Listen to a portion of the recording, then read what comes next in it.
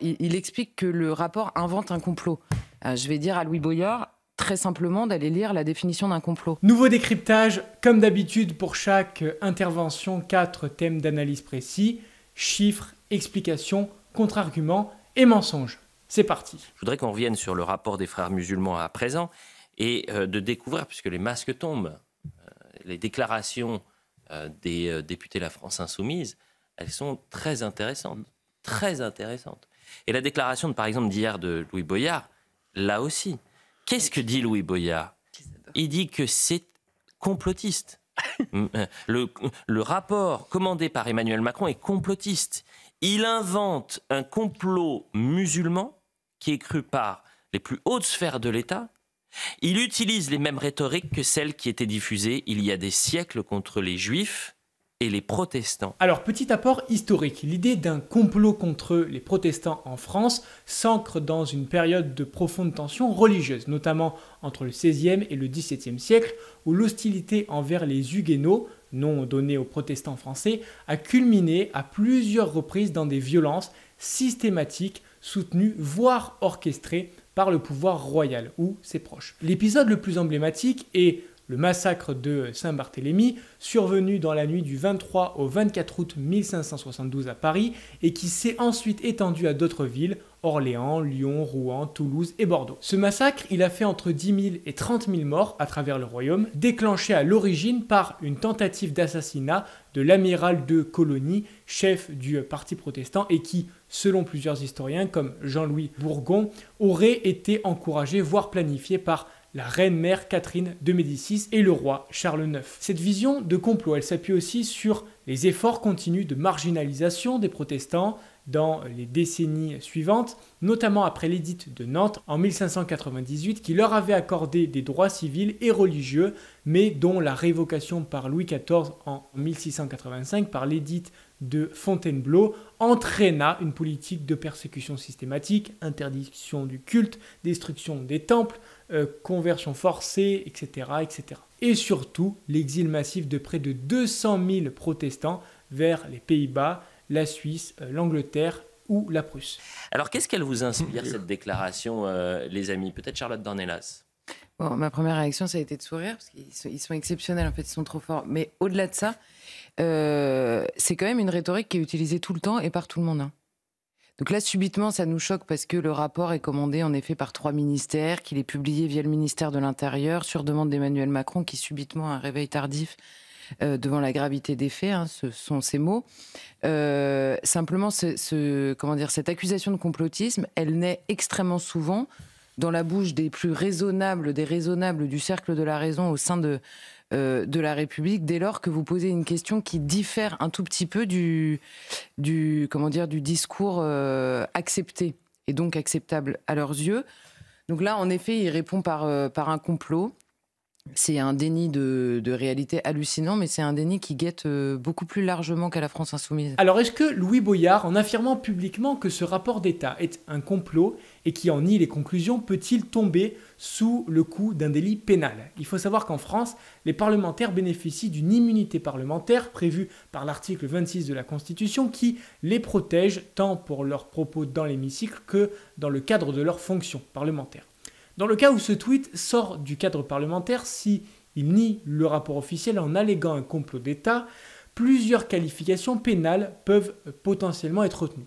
Premièrement, l'article 29 de la loi du 29 juillet 1981 qui définit la diffamation comme toute allégation ou imputation d'un fait précis portant atteinte à l'honneur ou à la considération d'une personne ou d'un corps. Ici, ça pourrait viser l'État lui-même ou les agents publics auteurs du rapport. Si le député accuse implicitement des agents de l'État de fabriquer de faux rapports à des fins politiques, cela pourrait être considéré comme une diffamation envers une administration publique punie de 12 000 € d'amende. Deuxièmement, la dénonciation calomnieuse, réprimandée par l'article 226-10 du Code pénal, peut s'appliquer s'il accuse faussement une autorité ou des fonctionnaires de manœuvres illégales. Je cite, en sachant que cette dénonciation est totalement ou partiellement inexacte. Ce délit est puni de 5 ans d'emprisonnement et de 45 000 € d'amende. Troisièmement, si Les propos visent à délégitimer ou à nier la réalité d'une menace islamiste identifiée par les services d'État. Certains juristes évoquent la notion de trouble à l'ordre public par provocation prévue à l'article 23 de la loi de 1881, notamment si cela alimente une hostilité contre les institutions. Enfin, si les propos visent à protéger, à minimiser l'influence d'un mouvement reconnu dans certains rapports du renseignement comme porteur d'un projet contraire aux valeurs de la République, il est envisageable, et je dis envisageable parce que la jurisprudence elle connaît des revers, que des associations ou l'État envisagent des actions fondées sur l'apologie de groupes extrémistes ou la mise en danger du vivre ensemble, sans que ça soit strictement encadré par une infraction spécifique à ce jour. Amin El-Baïs, ce qui est intéressant, vous parlez du complot, on reviendra dans d'autres cas. Moi, j'ai le souvenir du Covid. Si vous alliez contre la pensée du gouvernement... excusez-moi, le Covid, la Roumanie... Mais alors évidemment, vous pouviez être condamné. Du moins, vous étiez mis au banc de la société. Et là, vous avez donc une partie de la classe politique qui confirme peut-être les dires de certains, de dire il y a un islamo-gauchisme qui est décomplexé en France, avec un député, c'est pas n'importe qui, Louis Boyard. Alors, quel est le parcours de Louis Boyard, fils de cadre dans le secteur ferroviaire et d'une employée anglaise de Samsung? Il a grandi dans plusieurs villes, notamment à Amiens, à Bruxelles. Il effectue ses études secondaires au lycée Georges Brassens à Villeneuve-le-Roi, où il se fait connaître en 2018 en menant une mobilisation contre la présence d'amiante dans l'établissement. Le 8 avril 2018, il est élu président de l'Union nationale lycéenne, poste qu'il occupe jusqu'en juillet 2019. Durant son mandat, il participe activement aux mobilisations contre Parcoursup et en soutien au mouvement des Gilets jaunes. Le 2 février 2019, il est blessé au pied par un tir de LBD lors d'une manifestation, incident qui suscite par ailleurs une polémique avec le ministre de l'Intérieur de l'époque, Christophe Castaner. En parallèle de ses études de droit, il s'engage dans le militantisme étudiant et devient porte-parole du mouvement des solidarités étudiantes en 2021. Il est également chroniqueur dans les émissions Les Grandes Gueules, Touche pas à mon poste sur C8, où il relève d'ailleurs avoir vendu de la drogue pour financer ses études. En 2022, à 21 ans, il est élu député de la 3e circonscription du Val-de-Marne sous l'étiquette NUPES avec 52% des voix au second tour, devenant le 2e plus jeune député de la législature. C'est malheureusement n'importe qui. Mais en tous les cas, son statut, il fait que ça n'est pas n'importe qui. Il a une écharpe tricolore. Ça n'est pas n'importe il n'est pas le maire qu'il aurait souhaité être, puisqu'il a été défait lors des municipales, mais quand même, c'est un député de la République qui vous explique qu'on est en plein complot via ce rapport, Amine. Ce tweet n'est pas anodin. Il est même beaucoup plus ingénieux qu'il en a l'air, puisque, en fait, ce tweet vient interdire toute critique de l'islam politique. Avec cette notion d'islamophobie qui a été importée par l'idéologie des frères musulmans, et qui vient justement placer toutes les personnes qui, inscrites dans le champ républicain, entendent lutter contre l'islamisme, doivent se justifier de ne pas faire l'amalgame entre l'islam et l'islamisme. Alors, on va un petit peu parler d'étymologie. Le mot islam signifie soumission et désigne la religion fondée par le prophète Mohammed. Il est utilisé par ses fidèles pour décrire leur foi, leur mode de vie spirituel. En revanche, islamisme, c'est un terme forgé en France vers le XVIIIe pour désigner initialement l'islam de manière neutre. Donc Voltaire, dans ses écrits, il l'emploie ainsi. Mais le mot prend un tout autre sens au XXe siècle, ça devient un néologisme renvoyant à une forme de revendication politique de l'islam qui vise à organiser la société selon une lecture littéraliste de la charia. L'Académie française rappelle que l'islamisme désigne, je cite, une idéologie qui entend imposer une application stricte et totalitaire de l'islam dans la sphère publique, ce qui le distingue fondamentalement de l'islam en tant que religion spirituelle.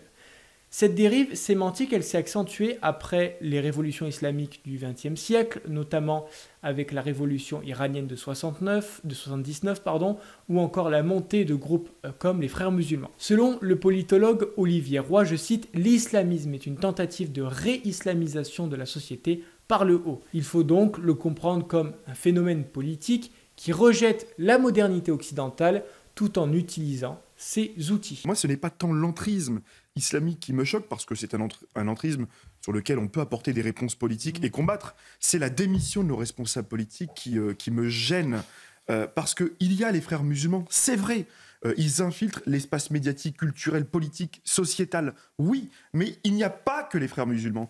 Il y a aussi même pire que cela. Vous avez aussi des discours d'obédience salafiste qui appellent à autre chose, qui n'appellent non pas à infiltrer la société, mais qui appellent à rompre avec la société.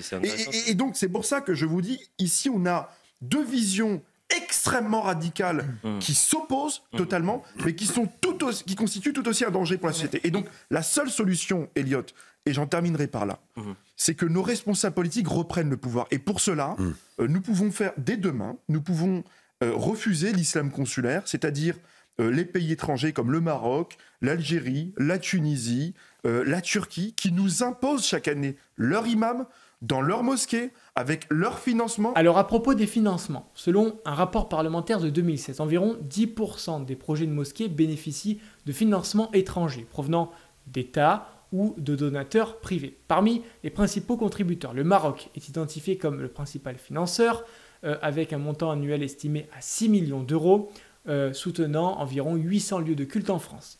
L'Algérie a versé 2 millions d'euros à la Grande Mosquée de Paris en 2016. L'Arabie Saoudite a contribué à hauteur de plus de 3,7 millions d'euros depuis 2011, finançant la construction de 8 mosquées sur le territoire français. Le Qatar a apporté un soutien financier à certains projets, comme la mosquée de Villeneuve, où Qatar Charity aurait versé environ 250 000 euros, représentant 25% du financement total. D'autres exemples incluent la mosquée de Mulhouse, dont le coût est estimé entre 9 et 11 millions d'euros, avec 5 millions d'euros provenant de donateurs étrangers, principalement du Qatar et du Koweït. À savoir que le financement des mosquées en France provenant de dons des fidèles est estimé entre 250 et 300 millions d'euros par an. Et avec leur discours et leur propre façon de voir la société et d'influer sur le marché du halal. Voilà. Donc à un moment, c'est aussi ce pouvoir-là, ce pan-là de la société qui n'est pas occupé, qui doit être réoccupé. Et ça, on a un ministère des cultes. J'ai quand même l'impression qu'on n'a plus d'imams étrangers. Désormais, c'est terminé. Les financements étrangers, c'est terminé. Il y a encore des exceptions, mais en effet, c'est un sujet qui a été traité dans la foulée de la loi contre le séparatisme, la volonté de ne plus avoir. Mais le problème, c'est qu'on n'en a pas ici. Et par ailleurs, ceux qui sont parfois formés ici sont parfois pire que ceux qui à l'étranger. C'était un des problèmes soulevés à ce moment-là. Mais pour répondre à la jeune femme avec qui vous avez parlé, Yasmina, c'est le sujet qui s'impose à nous ces derniers temps, et ça crève les yeux dans le rapport, mais il y a beaucoup de gens qui ont encore du mal à le voir parmi les gens qui commandent le rapport ou qui le commentent, c'est que c'est pas la partie musulmane, c'est-à-dire c'est pas la partie foi sincère des musulmans qui est analysée ici, c'est l'importation d'une civilisation, de tout ce qui tourne autour. La manière d'être au monde, la manière de régir les relations entre les hommes et les femmes, par exemple, la manière de se nourrir, tout ce qui relève en réalité d'une culture. Simplement, la responsabilité, c'est pas... Je mets de côté la question islamiste, la question du terrorisme. D'ailleurs, dans le rapport, il est inscrit qu'on ne s'est pas occupé du sujet islamisation de la France parce qu'on était préoccupé par le terrorisme. Alors, parlons chiffres. En France, depuis 2012, les attaques terroristes islamistes ont causé la mort de 274 personnes et fait de très nombreux blessés. Entre mars 2012 et octobre 2019, 263 personnes ont perdu la vie dans 18 attentats en France. En 2023, la France a enregistré plusieurs attentats islamistes, dont l'attaque au couteau du lycée Gambetta d'Arras, le 13 octobre, où un enseignant a été tué et 3 autres personnes blessées. Le 2 décembre, un attentat au pont Bir Hakeim à Paris a fait 1 mort et 2 blessés. En 2024, le 17 juillet, un islamiste radicalisé a blessé un chauffeur de taxi. En 2025, 2 attentats ont été recensés. Le 25 janvier à Apt, où un individu fiché S a blessé 2 personnes dans un supermarché. Et le 22 février à Mulhouse, où une attaque au couteau a fait 1 mort et 5 blessés.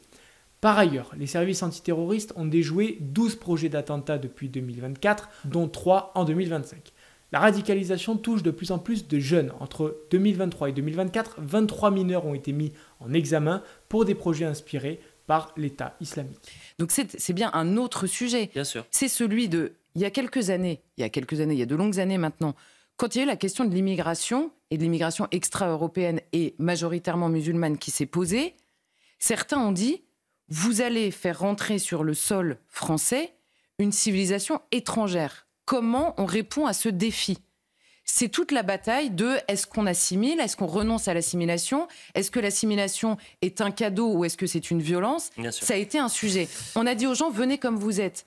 70 ans après, 50 ans après, on leur dit alors comme vous êtes, pas exactement. Finalement, on va faire différemment parce qu'en fait, ça non, ça non, ça non. Alors, quels sont les chiffres sur l'immigration extra-européenne en France ? D'après Le ministère de l'Intérieur, données provisoires de 2023, publiées début 2024, 320 000 premiers titres de séjour ont été délivrés en 2023, en hausse de 1,4% par rapport à 2022. Parmi eux, près de 80% concernent des ressortissants hors Union européenne, soit environ 256 000 personnes.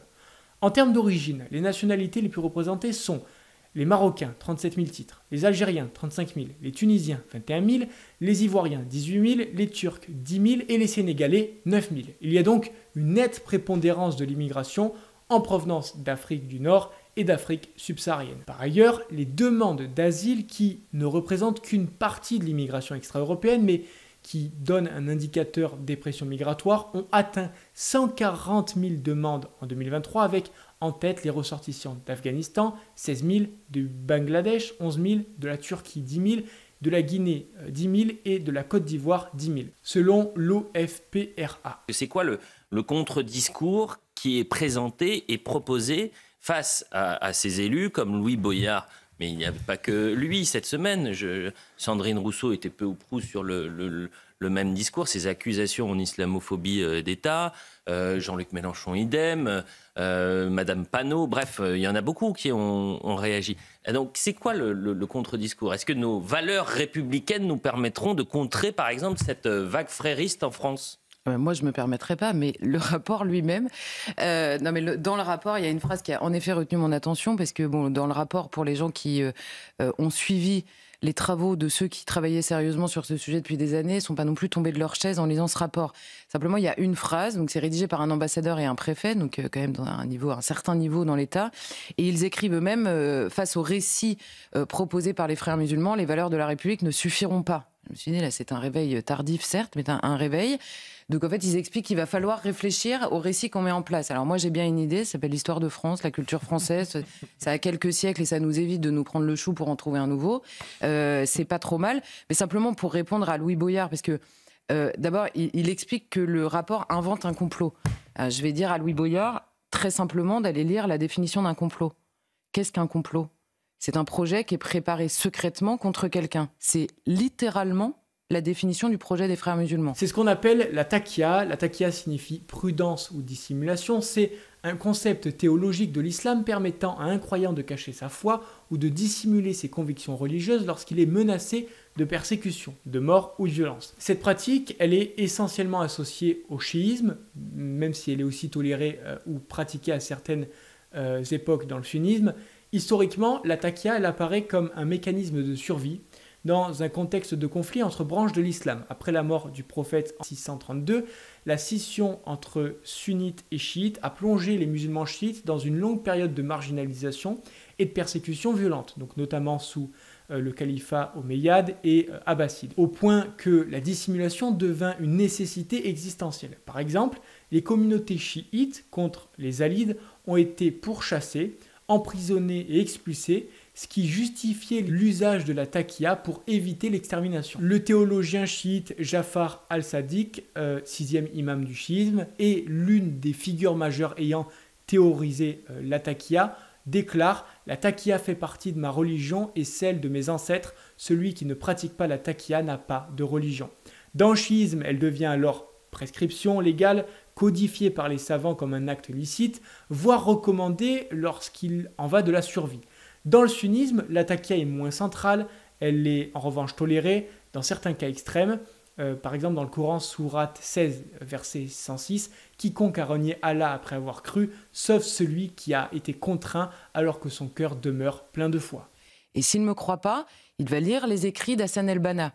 Il va lire les écrits du fondateur des frères musulmans qui explique lui-même, très simplement, qu'il s'agit d'un projet pour en effet assimiler les musulmans à la vision des frères musulmans contre les sociétés d'accueil. C'était vrai contre les Anglais en Égypte au moment de la création des frères musulmans. Et Hassan el-Banna lui-même disait ça va se retourner contre l'Occident puisqu'on ira chez eux imposer ce récit-là. Donc c'est littéralement un projet, en effet, qui est fait contre les sociétés occidentales. Alors, petit apport historique. Le mouvement des frères musulmans est fondé en 1928 en Égypte par Hassan al-Banna dans un contexte de quête de renouveau islamique après la chute du califat ottoman en 1924. Al-Banna prône un islam global mêlant la foi, la justice et la politique. Le mouvement il se développe rapidement, compte environ 500 000 membres à la fin des années 40. C'est ce que décrit Gilles Kepel dans son ouvrage Le prophète et Pharaon, avant d'être interdit après l'assassinat du premier ministre égyptien en 48 et celui d'Al-Banna en 49. Sous Nasser, les frères musulmans sont de nouveau interdits en 54, accusés d'avoir tenté de l'assassiner.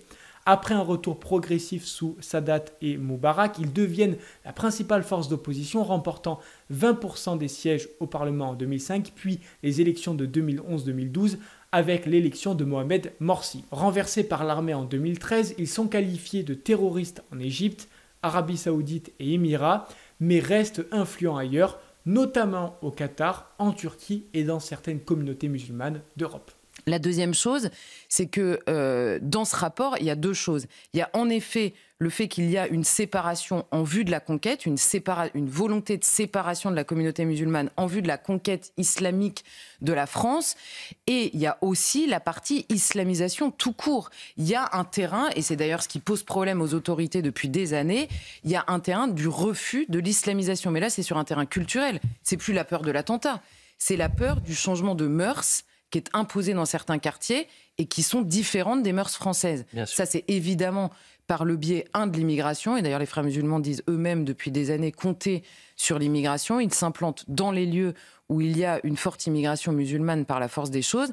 Et donc là, c'est tout simplement une course contre la montre à l'assimilation. Qui assimilera ? La France ou les frères musulmans ? Bref, c'est la fin de cette vidéo. J'espère qu'elle vous aura plu. N'hésitez pas à la liker et à vous abonner. Et surtout, n'oubliez pas, partagez pour faire changer les choses.